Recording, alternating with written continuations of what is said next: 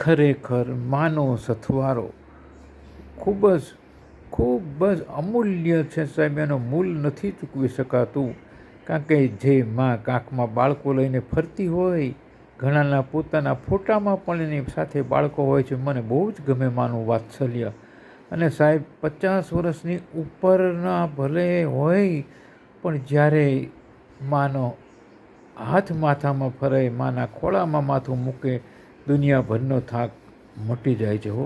એટલે જ કહ્યું છે ને કે ગંગાના નીર તો વધે ઘટે રે લોલ, મારી માનો એક સરખો પ્રેમનો પ્રવાહ રે, જનનીની જોડ સખી નહીં જડે રે લોલ.